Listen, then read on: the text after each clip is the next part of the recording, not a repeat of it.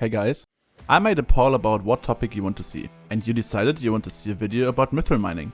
So today we talk about dwarven mines and crystal hollows mining, how it works, what you need, what you have to care about, and how much money you're getting from it. But before we dive into today's video, if you haven't done already, feel free to subscribe to the channel, as I'm currently in a race to YouTube rank versus CandyPad and Vid. Anyways, let's start with the video. First off, why even mithril mining? You get more mining XP from mithril mining than you do get from gemstone mining. So if you want to level a pet with mining, mithril is your way to go. The money from mithril mining is worse than gemstone though, no matter which way of mithril mining you are doing, but we will get to the money gain later on. Another reason for mithril mining is mithril powder. You get some while doing it, but I have to admit I didn't track my powder gains during these tests. At the end of the day, if you want to get mithril powder, you want to do powder grind with chests anyways. For integrity reasons, I will mention magma fields mithril. As the name implies, the idea is to mine mithril in magma fields, so you make use of the Baal perk made of lava, which buffs your stats by 15%. This strat is only used for mining XP and barely for money, as you want a Baal pet or a silverfish pet equipped at all times. Also, it is only a viable thing if you're maxed out in terms of powder and gear. If you want me to show it off in another video, let me know in the comments, but it won't be part of this one.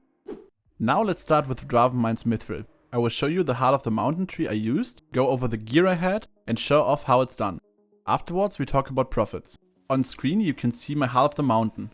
Mining speed, mining fortune, titanium insanium, mining speed boost, efficient miner, seasoned mineman, mining madness, sky mole, mining speed 2, and mining fortune 2 are the important perks for this one.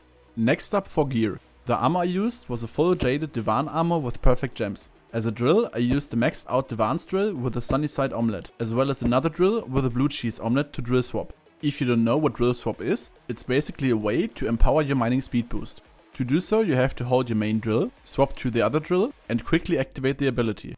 Your stats need a moment to update when switching to a new drill. The higher your ping is, the longer this process takes. So you want to activate the speed boost while holding the blue omelette drill, but having the stats of the main drill. As equipments, I'm running the same ones as usual for mining. Rift Necklace, Ancient Cloak, Black Belt, and 10-star Glowstone Gauntlet. All recombobulated and reforged to glistening. If you don't manage to get the Black Belt, a Gill Splash Belt is also a viable alternative. As for pets though, you can pretty much use whatever you want. If you want to get most money from it, use a Scather Pet. For most mining XP, it's a Silverfish, and for getting most powder, use a Mithril Golem. But you can also use other pets to level them up. This goes pretty good with mining. I personally use the Baby Yeti pet, since I still have to level it for my collection. Also, it not being a mining pet is good for this test, so I can track the profits even better. I tested 2 spots for dwarven mines, because I wasn't sure which one was better. The first one is being above the bridge leading to the Ice Walkers. The other one is being above the ladder in Rampart's Quarry. It turned out both spots are pretty much equally good. With the amount of mining speed I have, I can insta-mine the grey blocks when using mining speed boost, which is what I focused on while using it. Now for the results of dwarven mines mithril mining. I did both tests for 30 minutes each and ended up with 802k mining XP, or about 1.6 million mining XP per hour. In terms of pet XP, I got about 884k XP in 30 minutes, or about 1.75 mil XP per hour. As explained in my flare video, you can also use a second pet with XP share to get an additional 25% pet XP, which gets us another 437k XP, or about 2.2 million pet XP total. From raw item drops, I got 9.2 million coins in 30 minutes, or 18.4 million coins per hour. After my second test in dwarven mines, I noticed a drop of 1.5 million coins in 30 minutes from drops. The only thing I can think of is I had the 10 times titanium perk from Sky Mole active during my first test.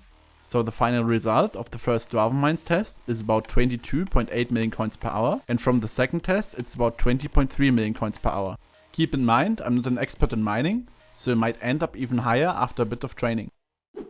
Now for Crystal Hollows mithril. Since I only did it once before, I checked the Mining Code Discord and they do indeed have a guide for Crystal Hollows mithril. After chatting with the creator of the guide for a bit, who thankfully answered some questions, I was ready to test it. The cords I used are the same ones provided in the guide, but I will also link them in the description of this video.